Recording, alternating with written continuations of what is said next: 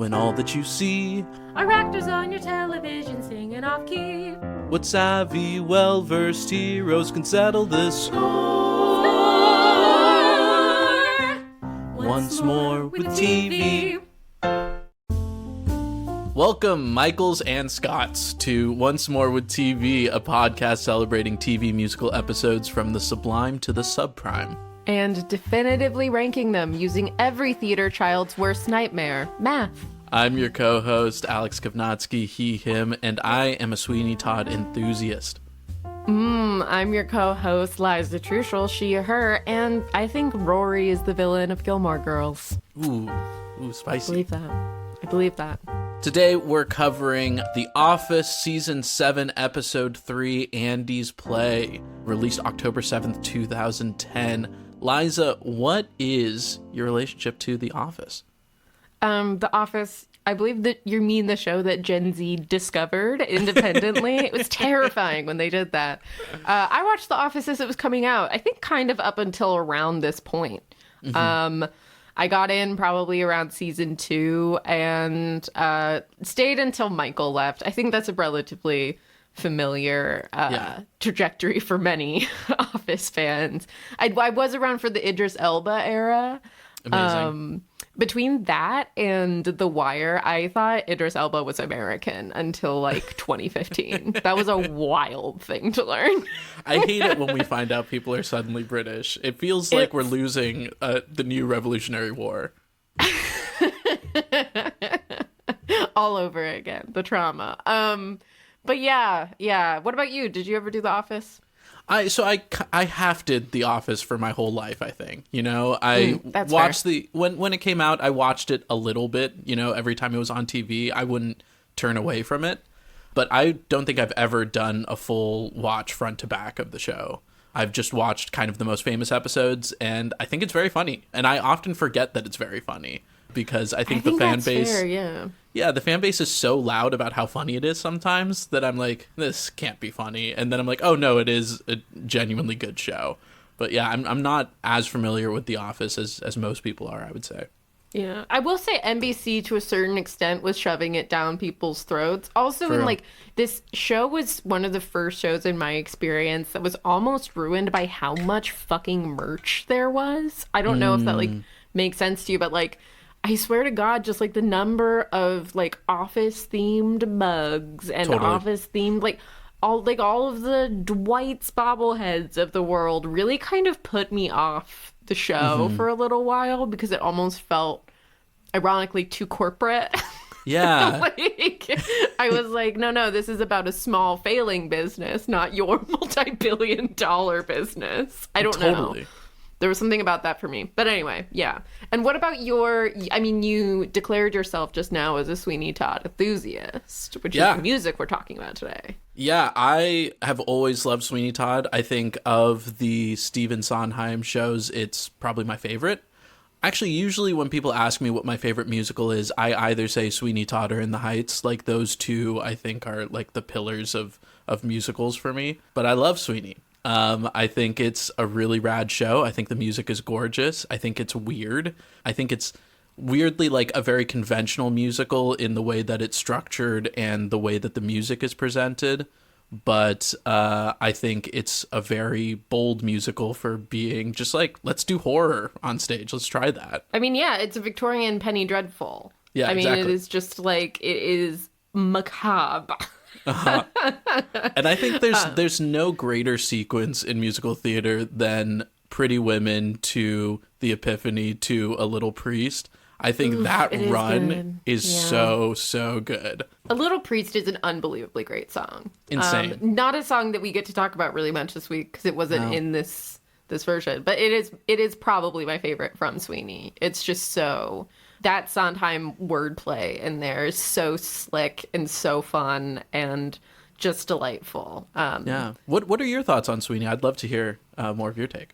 I'm a big fan. Yeah, it's actually not my favorite Sondheim. I think that's probably Company because I'm just that bitch, or it's Into the Woods, which I think was my first Sondheim, so it always has a special place in my heart. But no, I mean, it's fun. It's really listenable. It's infinitely watchable. I've seen so many different versions of it. I've seen so many cool versions, so many not as good versions. Jonathan Depp. And Jonathan. and in terms of female roles, Mrs. Lovett, I think, is just such an unbelievably great character with Powerhouse. such wonderful songs. And Not While I'm Around used to be one of my competition pieces back when I was doing that. Because it's so often like kind of a pants role. Because it's like right in that falsetto young boy range. Or you can just get a girl. So yeah. I would love to see old clips of that. That would delight me. I hope they've been burned from the internet, but I truly have no idea. One way to find out, fans, get on it, find it. But yeah, Sweeney Todd is kind of heavily featured in this episode. I'm curious to hear, when I was watching it, I was thinking this like probably barely qualifies as a musical episode. What do you think about that? It's hard because I think I was thinking about this too. And so this is one of those where what we're getting is a character who is in a musical within the world of the show. Mm-hmm. So Andy is in a regional theater production of Sweeney Todd that notably Michael Scott was not cast in after doing his monologue as an entire episode of Law and Order, which is the stinger on the episode and possibly my favorite part. So good. But so Andy's doing it as he's playing Anthony, the young man, which is also just funny because like Ed Helms is like 40. But he looks like a young boy in that sailor outfit. Like he's wearing the hokiest young sailor boy outfit. He walked off the set of Anything Goes onto the set of Sweeney Todd. It's what 100%. It looks like. So yeah, I mean, it's hard because I don't think that there is a universe in which The Office could have done a musical episode where they were just singing because of the mockumentary style of it. Sure. They were too grounded in quote unquote reality to do that. So on the one hand, I don't necessarily fault them for that. I do think we can talk about whether or not they really committed to it. We kind of get snippets of multiple songs. We get very little actual performing. It's happening in the background of a lot of scenes. Mm-hmm. It really just feels like we wanted to, and like this show was pretty good about highlighting Ed Helms as a singer. I mean, Andy's a cappella. Oh my God, where the fuck did he go? Cornell? He went to Cornell and he's so annoying about it. Or something like that. It's like the stupidest Ivy. Like the one that you don't think is an Ivy. Right, totally. He did a cappella there and he's super annoying about it. So he sings quite a lot on the show and it felt like, let's give him something to do. Instead of just singing in the middle of otherwise spoken scenes. Yeah, I agree. I think this is almost I think it still qualifies as a musical episode, especially in the format of the show. And I think especially the first number of this episode and the last number of this episode actually feel like moments where we're highlighting the music, but other parts of it just feel like snippets of songs from Sweeney Todd that we kind of have in the background. But it still counts, and I still like it. I mean, I still had fun. So yeah, totally. What did you think about that opening number when they actually do the Ballad of Sweeney Todd? How'd you feel about that? It was fun. I have my first, and this is so annoying of me, but my first thought was that Anthony doesn't sing this opening. No, not at all. Not at all. He was kind of playing the role of Sweeney in that. A little bit. Well, I guess that because also when they go to do it, you see also a clip from the Ballad of Sweeney Todd in the play version on stage. And in that one, it's not sung by Andy. So you get the idea that maybe Andy, it's his office, so he gets to go in first and sing the opening. Totally. That seemed like the choice. Yeah, because I know they spread out the verses in that opening number, but what happens next, that's the play, is the Sweeney Rolls line. Yeah, it's very famously Sweeney's line. Yeah. So that was, I'm annoying. So that was one of my first thoughts. But it's fun. It really gave me just cringe flashbacks to the flash mob era, which, oh my God. By the way, dude, I am fully afraid that it's coming back. I've seen like What? one or two. Yeah, I'm terrified. I've seen like multiple TikToks at this point of people like playing piano in a restaurant and then suddenly a whole table starts singing perfectly and they're like, I didn't even know they were here. And I'm like, no, no, no, no, no. We're so close. But the children don't remember. And if we don't learn our history, we're doomed to repeat it. Yeah. Children don't do this. Anyway, Listen, I'll keep an open mind to it. Maybe they'll perfect it. Maybe they'll find a way to make it not cringe, but I think that's a tall order. I think that's nigh impossible. I know that the children are our future, but some things are better left in the past. But yeah, it gave me some flashbacks to that. I loved, this is really like the show that launched Ellie Kemper, and she does that like dumb shit so well. I think sometimes it takes a really smart actor to play that dumb, that engagingly. And her asking, did you write this? Like really got me. I think that was kind of brilliant how they used this song, because there is so much space in between the verses, and they filled it with really good gags, like the "Did you write this?" or Dwight with his knife, like pulling it out. Dwight with his knife is me if people start flash mobbing around me again. Incredible. Yeah, I almost feel bad that I really liked this number so much, because I feel like it set a really high bar for the episode, and then we really don't have anything like that for the rest of the episode. 100%, yeah. But that felt like the only time that we like fully went in, like, we're gonna incorporate our cast, like, we're gonna do it, we're gonna take our regular set and put music in it. Totally. So yeah, it was a fun open. I also love the gimmick of this episode is like multiple people thinking they can win back their partners by taking them to a musical. A hilarious idea that has never worked and doesn't really work in this episode either. But Andy claims that women cannot resist a man singing show tunes. And neither can most men. I don't know, Liza, is that true? I don't think it's true from my lived experience. I think it's true if it's errand fate, but I argue that he could probably do almost anything and people would still fall over themselves. Yeah. One of my favorite gags after that is Andy saying that it's an hour and 45 production. Oh my God. It's like, no this way. Famously fucking like 3-hour show. And they have an intermission later. There's absolutely no way. There's absolutely no way. Because also when Ryan shows Kelly the time, which is like, because he's the worst person on earth, both on an iPad and analog, what a dick. Anyway, when he shows that time, it's already like 10 something. Yeah. And the show started at 8. And they're still at Joanna. So we're in Act 1. Insane. I like the idea that Andy doesn't actually know how long the production is at all and just said a number. Yeah. It's like very typical of actors to throw in a number anywhere between an hour and a half to 2 hours and be like, it's probably somewhere in there. But yeah, the rest of the episode kind of is just people reacting to going to this show or not. Eventually, pretty much everyone goes, which is, I guess, great for Andy, except for Aaron, who is babysitting Jim and Pam's daughter. I was also reminded again that, like, every time Jim talks, I'm like, dude, you're kind of a dick. Like, I remember you being funny, but I don't feel like you're funny anymore. I think he came at, like, this really pivotal time for White Boys Next Door on television,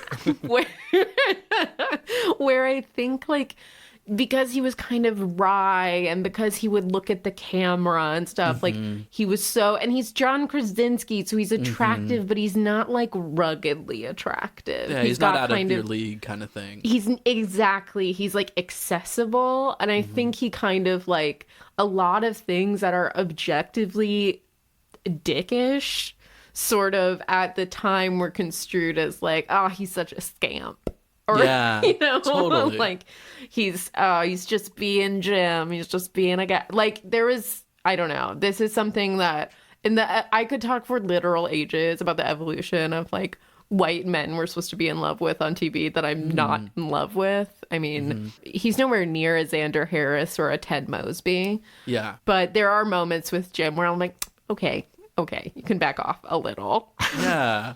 It just seemed like he's like no butting every situation, like the complete antithesis of a yes and. I do. This is completely random, but I do love when Dwight says, "I'll go to your show, but I'm not wearing a cape." I don't know if that's a reference to anything. I don't either, but I laughed so hard. It's such a wild thing. Yeah. Does he like think you have to wear capes to go to a show? I don't know. I have no idea, but maybe we should all wear capes to shows. Yeah, maybe. I would show up to the theater in a cape. No, I wouldn't. Maybe I would. I don't know. It sounds Superman uncomfortable. Cape. That's like the only cape I'm gonna find. It sounds uncomfortable, and then you have to like sit on it. I don't know. Yeah. Oh God, imagine. Or do you just like twist it around and use it as like a really big bib? For your theater snacks. Ooh.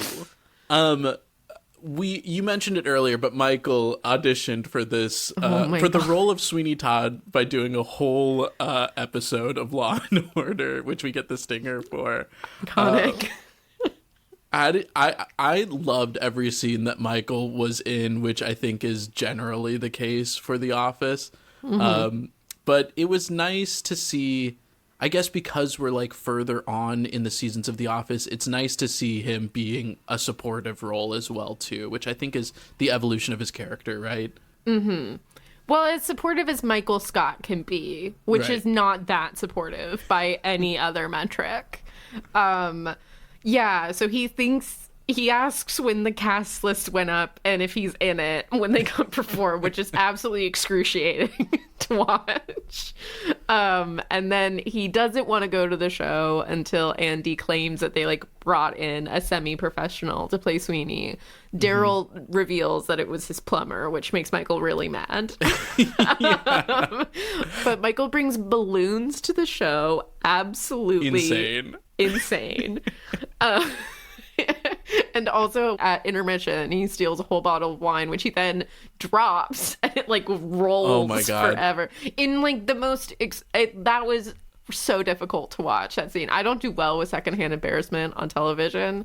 Yeah. And I was absolutely watching it like through my fingers as though it was a horror movie. They did that so well. I think if this episode did anything well, it is that whole sequence of the cell phone going off and Andy trying to like be like, a bird in my pocket, I've killed it, like you, Sweeney, is so good. Only I don't know you're a murderer yet. It was horrible. It's very classic, like Andy always trying to get in on the joke and one up it and always failing to do that. Like, yeah. Oh, and it's so God. great because that Sweeney has like a Patti LuPone moment of like stopping the show to harangue someone for their cell phone going off. And it just builds, like you were saying, the bottle falling on the floor, the balloons popping. I think it's an incredible sequence. I hated every second of it. It's so good. It's so horrible. It's the worst. It's a series of the worst things that could possibly happen in a show, and things you didn't even think of, like someone bringing balloons. Yeah. And it's absolutely, anyone who's ever been on stage, I think especially, is just like shitting bricks watching that. I mean, we've all had that moment where somebody tries to save a scene where something has gone wrong, where a prop is missing or something like that. And it is the most like pit of your stomach awful feeling. And I was taken right back to there. Yeah, it was absolutely torture to watch. Extremely successful. Extremely successful, yeah. My favorite goof maybe was when Daryl is shushing Michael at the top of the show and say, if we don't listen to the overture, we won't recognize the musical themes when they return later. And I'm like Craig a Robinson man is after my gift. own heart. A fucking gift. He is. He's so wonderful. He does that deadpan so successfully on this show full of wild cards. I think so much more successfully than Jim is doing it for me. Like, I actually trust Daryl as a voice of reason. No, but that quote, I have that written down too, is I think my favorite part of the whole thing. It's so good. It really got me. It really got me. We should talk about the performances a little bit too. I found Andy to be very good. He sounds great.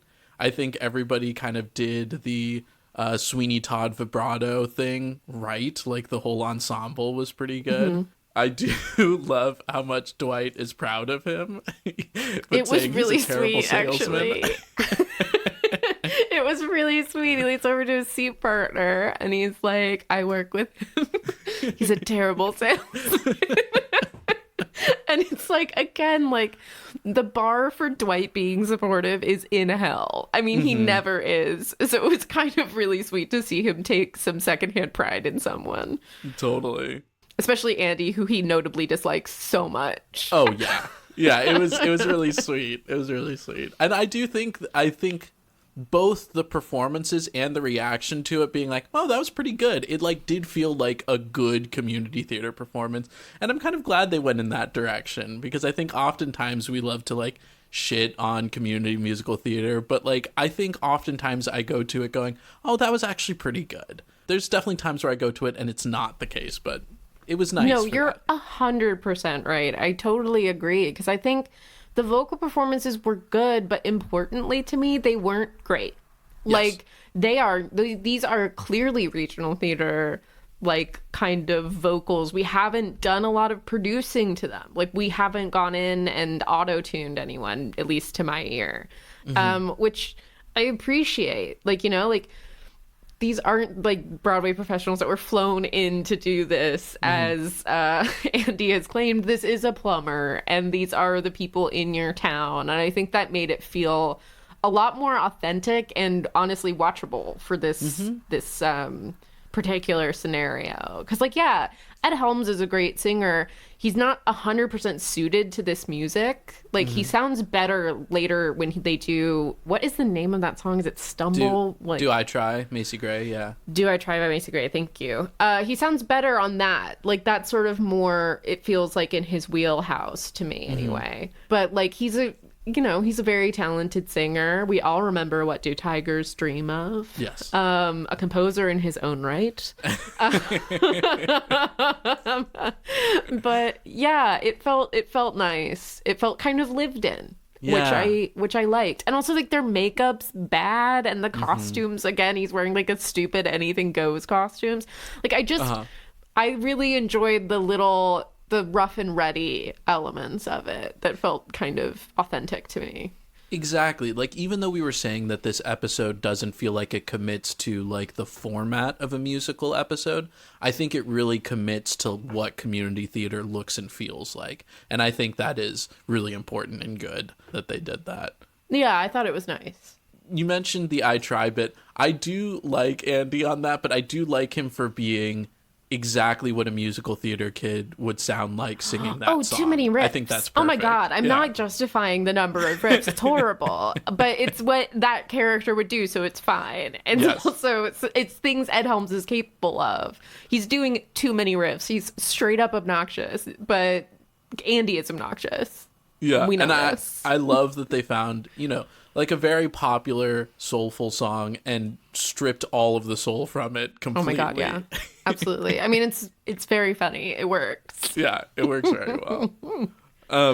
There was a moment that I don't know why it reminded me of you, Liza, but when Craig Robinson is booing at Michael Scott and they cut away to Michael being like, I didn't like that at all. I feel like that was the most Liza reaction I could think of. Yeah, I mean, I want to be mad, but you're right. That is exactly. I also, just shouting out another goof, love Dwight saying all the singing got in the way of some perfectly good murders. That's a great line for him. It is. Yeah, it is. Oh my God. There's one thing I want to talk about before we move on. Please. Creed doing a review of the show.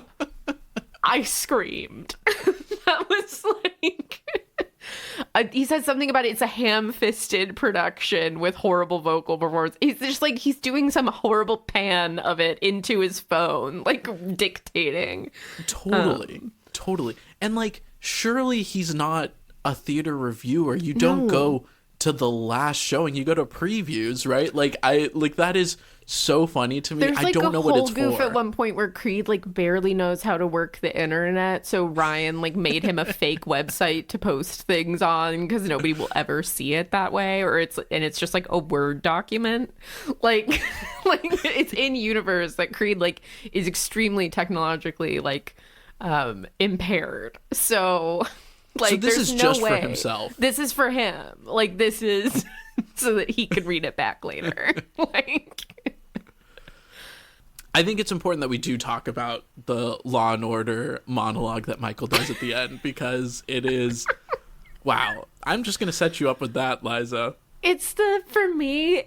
I was waiting because the thing about Law and Order is how do you say that, duh, duh, like how do you do that? Because that sound is so complicated. I like watched a YouTube video on like what it was once, and it's like a crazy overlay of like 9 different sounds to create like that 9 iconic... different gavels. Yeah, it's wild, like how they made that sound. So him just screaming like, "Jah, jah," like really got me. Like I really lost it. It also made me think about how, so since I was moving to the UK, I did my due research and watched Law and Order UK a little bit. It's not that good. No way, that's a real thing? It exists. But the thing about it is instead of district attorneys, they say crown prosecutors. And I think it's much funnier, to be honest. They also wear tiny wigs when they go to court. Oh, no. Because they're barristers. And so they wear their little George Washington wigs. That's crazy to me. Only they would not call them George Washington wigs, obviously. Right, obviously. They'd call them Benedict Arnold wigs, right? Something like that. But yeah, no, I mean, it was really wild. It's almost 100% just improvised by Steve Carell, right? Like that just seemed... surely. And it's incredible that those casting directors did not cut him off until like so long into it. Yeah, the idea that you would like let him do 42 minutes of that is insane. If I was auditioning people and he was my last audition for the day, I would be like, no, don't cut him off yet. Let's see how far he goes with this. That has to be what it was, right? It has to have been a cattle call. He has to have been the last person that they let in. And there's like, how long can he go? Also, the idea of him, back to the beginning of the episode, the idea of him being like, oh, so what part am I? It's tonight? what role am I? It's crazy. Terrifying. And we all know someone like that. But yeah, I feel like I'm ready to score this thing. I don't really have any more last thoughts that we can't get into with our scoring. No, let's get into the scores. All right, we're going to score this guy. We have a general vibe category coming up first. Just a quick reminder, that's how much we enjoyed it. That's how it's aged. Anything problematic? Is it good? Yeah, generally it's pretty good. I'm going to say vibe for this are relatively high for me. Again, I think like the overall sometimes disappointment that we aren't engaging with the music a little bit more, especially on a show I like this much, takes away from it slightly. But also, this is The Office, you know, so. Yeah, I had fun the whole time. I think, like you were saying, there's so much of the episode that has nothing to do with the musical that takes me out of it a little bit. But I think generally speaking, I had a good time, and it certainly didn't age poorly. 100%. Yeah, I'm feeling like an 8. Yeah, 8 sounds right. All right, cool. Next, we have the music. Obviously, this is all music from Sweeney Todd and Macy Gray, respectively. 2 of our most respected composers, Stephen Sondheim and Macy. Honestly, would go to that concert. 2. Yeah. Would go to that retrospective. Fascinating. Yeah, there's not a lot of music in it. The music that they do have is obviously all from Sweeney Todd or from Macy Gray, so like not anything original. Yeah, I think it's fine. I don't really see it scoring highly. What do you think? Yeah, I mean, for me, generally, if we're looking at found music, I'm not going to put it over much a 5. Like, that's pretty much the best you can do at that point for me. The orchestrations are pretty straight up. I mean, the Macy Gray one's just Craig Robinson on piano, and the Sweeney Todd one, part of it's off a boombox of a backing track, and then, yeah, we're not doing anything in particular with it. Yeah, there's no positives and no negatives really, so it kind Yeah. of ends up being pretty middling. Super I think neutral. I might put it as like a 3, just because they don't really do much with it. But I'm very open for that score to be higher. I think it's a 4. I don't know why. I can't give you a reason, but 3 feels too low. So let's do 4. It does feel too low, right? It feels kind of Yeah. aggressive. And there are ways they could have taken the music and rearranged it and made it awful. And they Yes. didn't do that. So I kind of want to give them props for that on We've some level. seen people do that. Oh, we know yes. that that's possible. Yes, absolutely. Looking at you, Grey's Anatomy. Anyway. Lyrics, obviously not much to say about lyrics either. This is about the same. I applaud them for doing Sweeney Todd lyrics and getting those, words out for some of the harder ones, but It's tricky. I think it's probably about, to me, the only thing to consider here really is whether or not we think the lyrics have anything to do with what's happening with the characters. And to me, that's kind of where it loses points, is I Yeah. don't think that at any point these songs move any character journeys along.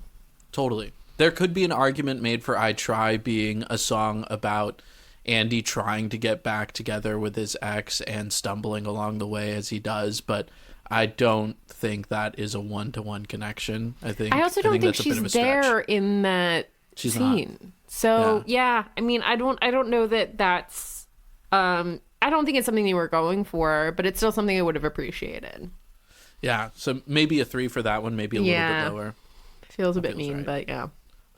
Dancing. There's not much of it. There is the To be sequence in fair, the beginning. Sweeney Todd's not a dancing show. It's not a dance show, for sure.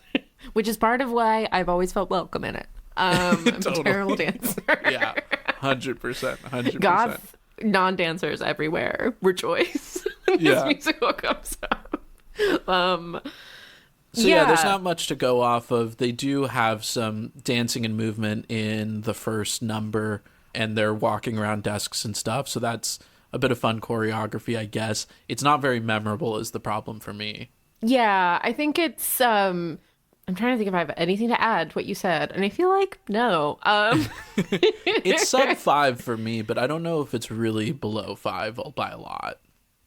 I think it's another 4. I think Yeah. we're just talking about kind of skating by. I feel very neutrally about it. To me, that feels like a 4. Yeah, I think that's right. Performance. These are the vocal performances and acting performances. Obviously, you got a lot of great actors in this show.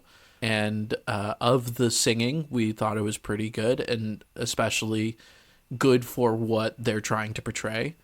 Yeah, any thoughts there?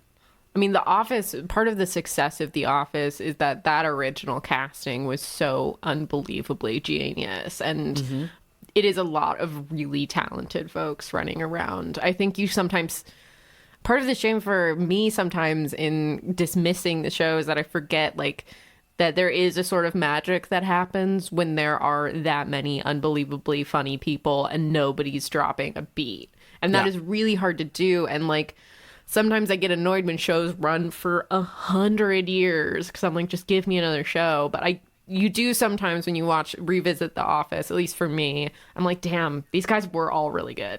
Yeah. Like, I 100%. am delighted whenever anyone's on screen. I mean, I could have done with a lot more Kelly Kapoor, but Oh, always.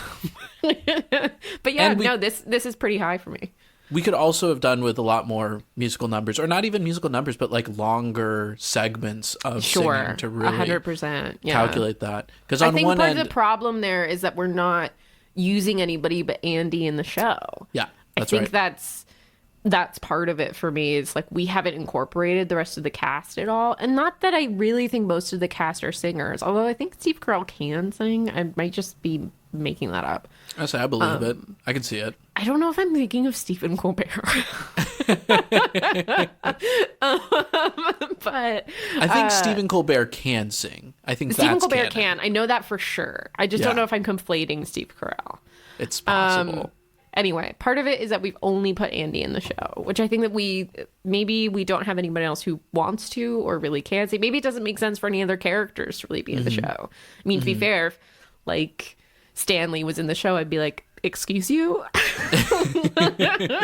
it would be a little bit weird. It'd be really weird. So, you know.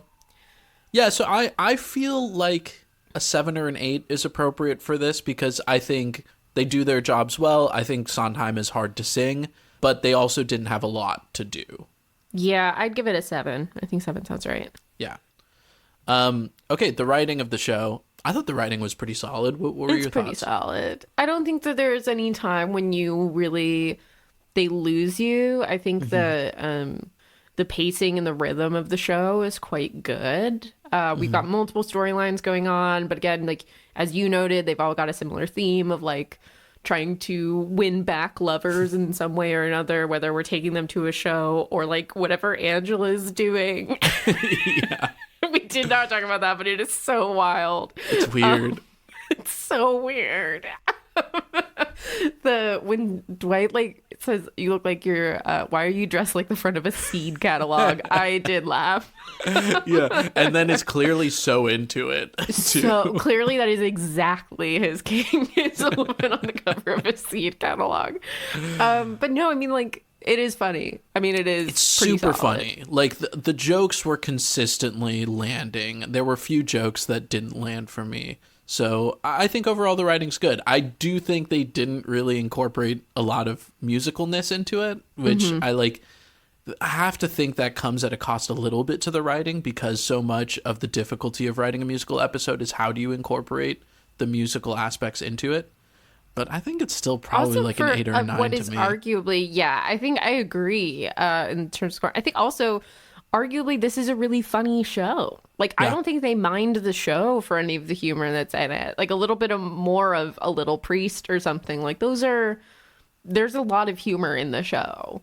Yeah. Which I don't feel like you get. Like you do get a clip of By the Sea, but since you're not looking at Mrs. Lovett and seeing how little Sweeney is responding, you're looking at our cast as they watch the show. You lose the humor in that song. That's true. It was curious to see what songs they picked. Obviously, Joanna makes sense because you want Andy to sing, but then we see the ballad again, and then we see By the Sea, and it does feel kind of like, okay, why do we choose these? But yeah, I still feel an 8 or a 9 is pretty fair. I still think an 8 or a 9. Let's give it an 8.5. Are we allowed to do that? It's our show. We can do whatever we want. That is so thrilling. 8.5, maybe. Let's talk about direction. Obviously, they use the same kind of direction that they always use for this. But yeah, anything that you picked out that was particularly interesting for you, Liza? Repeating myself, I do think it was a poor choice to show everyone else during By the Sea. I think you lose what's funny about the song By the Sea. Yeah. Because it sounds too earnest. And the whole point is that, she is singing to a brick wall. So I do kind of wish, actually, occasionally that the direction or even the editing had focused more on the play and less on the people watching it. Mm-hmm. But otherwise, this is really, they had to keep in their filmic language because it's so integral to what the show is. So I wasn't expecting them to do anything like really different. I think that opening sequence is probably the most compelling part. But I like kind of how it seems to catch the cameras almost like a little off guard. Like I kind of thought that was pretty cleverly done. Totally. And I think too, it's so hard to film people on stage. I feel like it always looks bad. It always looks terrible. But it wasn't jarring for me at all in this. It seemed like pretty seamless. And again, that one sequence where everything is going wrong is so good. The amount of time that they hold on people before cutting to something else, I think is quite the amount of time good. Like holding on Michael as you hear the wine bottle roll is perfect. Do we give this one an 8.5 as well? Yeah, I think we do. There we go. Evens our number out. Mm-hmm. Okay, commitment. How much did it commit to a musical? Obviously, we talked about this a little bit, and it's an interesting one because it doesn't really commit to a musical episode, but it does commit to portraying community theater. What are your thoughts, Liza? Yeah, I mean, I think it's hard because there's only so much. Again, like certain shows really can't do like a true blue musical episode. Like, some shows that's really not possible. And I would argue that The Office is one of them. Like, because of their entire premise, they cannot break it so dramatically. Yeah, I mean, I'm feeling maybe a 6 or a 7. I think it does not really feel like a musical episode, and I think that takes significant points away. It feels like an episode featuring music. Yes, 100%. And I think that goes a lot to, like, this music does not feed into any character journeys at all for me. I think that's a huge part of the commitment score. Yeah. And I don't think the music moves anyone along in any way. Yep, that's 100% true. I want to lean it just a little bit positively just because I think they, like you were saying, it's hard to do a full musical episode for this kind of show, and I think they do something. But it's still going to be pretty close to 5 for me. Yeah, I'm thinking like a 6. Let's give it a 6. Where I'm landing. Okay. Yeah. All right. The stakes of this episode. Does it change the game for any characters? Does it set up arcs? Can people skip this episode? I mean, like, you know, this is a 20-minute comedy sitcom, so things don't change too much. But The Office is notably not like a Simpsons or something like that where we reset to 0. We do have continuing through lines, and I do think a few of them move forward a little bit here. Like Andy and Aaron seem to have a moment where they almost reconnect, and Angela's seduction of Dwight is extremely successful. Yeah.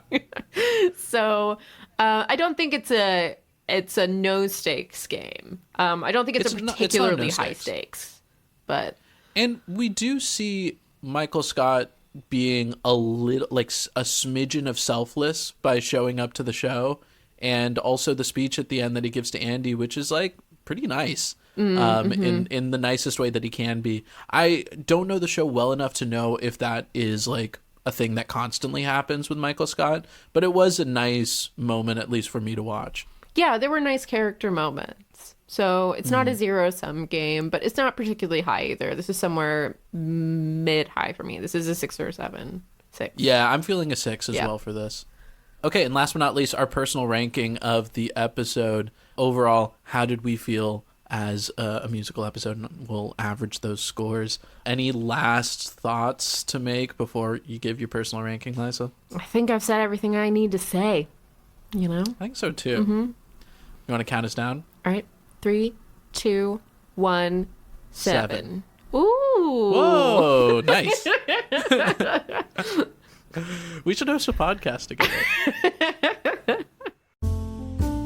Okay, so to recap the scores, that puts Andy's play at 62 points. We now officially have a top 5. Wow, that's exciting. We got Once More with Feeling at number 1, of course, with 97 points. We have Subspace Rhapsody, the Star Trek episode, at 83.5. Scrubs Is My Musical at 79 points. Andy's Play at 62. And My Fair Laddie bringing up the rear at 54. Wow. Well, we'll see who's in the top 5 after next week. I mean, now there's going to be some real competition.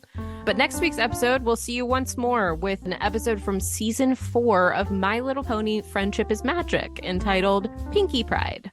You can find this episode on Netflix and Hulu. The episodes are different numbers on these streaming sites, though, so just search for the show title. Thank you again to Olivia Berslavsky, our angelic audio architect, and to Sakina Powell, our debonair digital designer.